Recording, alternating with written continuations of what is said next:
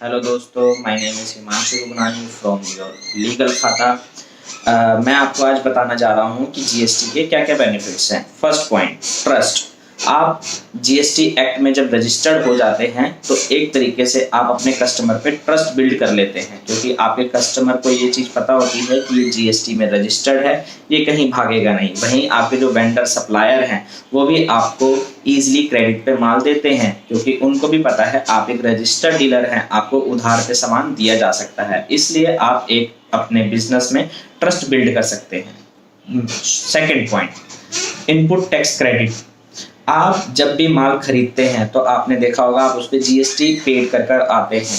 तो जो भी आपने माल खरीदा उस पर आपने जीएसटी पेड किया तो वो आपकी कॉस्टिंग का पार्ट बन जाता है। लाइक जैसे आपने 100 रुपए का माल खरीदा और 18 रुपए का उस पर टैक्स पेड करा, तो ये जो 118 रुपए का प्रोडक्ट आपको पड़ा, ये आपकी एक तरीके से कॉस्टिंग पड़ गई। अब आप 118 पे अपना प्रॉफिट जोड़ के माल बेचोगे, बट वहीं अगर आप जीएसटी एक्ट में रजिस्टर्ड हो जाते हैं तो जो आप 18 रुपए पीछे माल पे पेड करके आए हैं वो आप अपने जीएसटी में इनपुट क्लेम लेते हैं। समझ रहे हैं दोस्तों?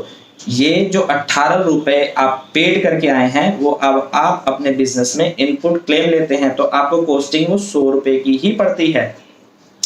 इसलिए आप अपना जब भी माल बेचेंगे 100 रुपए के ऊपर ही प्रॉफिट जोड़ के बेचेंगे, जिससे कि आप और लोगों से सस्ता माल बेच सकते हैं। किसी किसी केस में ये इनपुट टैक्स क्रेडिट का आपको रिफंड भी मिलता है, लाइक एक्सपोर्ट करने पे, इन्वर्टेड स्ट्रक्चर की मैन्युफैक्चरिंग करने पे, इस तरीके की एक्टिविटीज पे आपको ये जीएसटी इन कैश हो जाता है, लाइक रिफंड आता है, आपके अकाउंट में रिफंड आता है। थर्ड, जीएसटी एक्ट में रजिस्टर्ड होने के बाद आप anywhere in India, anywhere outside India माल बेच सकते हैं इजीली। बट जैसे पहले वैट और सीएसटी में होता था कि आप सिर्फ उसी स्टेट में काम कर सकते हैं, बट जीएसटी आने के बाद आपको ये बेनिफिट है कि आप किसी भी स्टेट में अपना माल बेच सकते हैं इजीली। फोर्थ पॉइंट, आप अपना एक करंट अकाउंट ओपन करा सकते हैं। देखिए, जब आप अपना माल बेचते हैं और करंट अकाउंट आपके पास नहीं होता तो आप अपना जो माल का पैसा है वो किस में लेंगे? आप अपने सेविंग अकाउंट में लेंगे। इससे कस्टमर को थोड़ा डाउट हो जाता है कि यार ये काम तो XYZ कंपनी के नाम से कर रहा है, बट पैसा अपने अकाउंट में ले रहा है, इसमें कुछ दिक्कत है, गड़बड़ है। तो इससे क्या होता है कि कस्टमर पे एक ट्रस्ट बिल्डअप नहीं हो पाता। बट जब आप अपना ही पैसा अपनी कंपनी के नाम से करंट अकाउंट में रिसीव करते हैं तो कस्टमर भी सेटिस्फाई होता है कि मैंने सही आदमी से माल खरीदा है।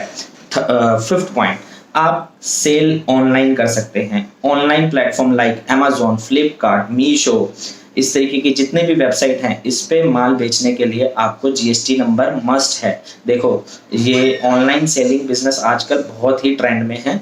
इसमें आप बहुत इजीली अपना बिजनेस स्टार्ट कर सकते हैं। कुछ भी नहीं करना, अपना जीएसटी रजिस्ट्रेशन लिए, अपना लॉगिन आईडी पासवर्ड बनाइए, जो आपके प्रोडक्ट्स हैं वो उसको उस पर लिस्ट कर दीजिए और अपना माल बेचना शुरू। तो इसमें बड़ी आप समझ लो जीरो कॉस्टिंग पे, जीरो फंडिंग पे अप्रॉक्स थोड़ा सा माल खरीदने पे आप अपना काम स्टार्ट कर सकते हैं। आपको कोई जगह लेने की जरूरत नहीं है, कुछ भी करने की जरूरत नहीं है, अपने घर से ही अपने माल को बेच सकते हैं। एक तरीके से Amazon, फ्लिपकार्ट पे अपनी आप दुकान बना सकते हैं और उस पर अपना माल इजीली बेच सकते हैं। तो आप ऑनलाइन सेलिंग कर सकते हैं। इसके लिए जीएसटी लेना अनिवार्य है मेरे दोस्तों। और अब मैं 6th पॉइंट आपको बताता हूँ। जब आप कोई गवर्नमेंट कॉन्ट्रैक्ट लेते हैं तो गवर्नमेंट कॉन्ट्रैक्ट लेने के लिए भी आपको जीएसटी रजिस्ट्रेशन लेना जरूरी है। इसका मतलब कि कहीं पर भी आपको बिडिंग करनी है या ऑप्शंस में पार्टिसिपेट करना है तो जीएसटी रजिस्ट्रेशन मस्ट है।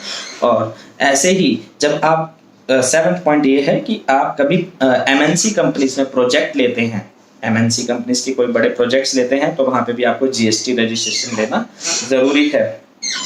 इस तरीके से आप अपने जीएसटी रजिस्ट्रेशन लेने के बाद बेनिफिट्स उठा सकते हैं बहुत इजीली। ओके दोस्तों, अगली वीडियो में फिर मिलेंगे।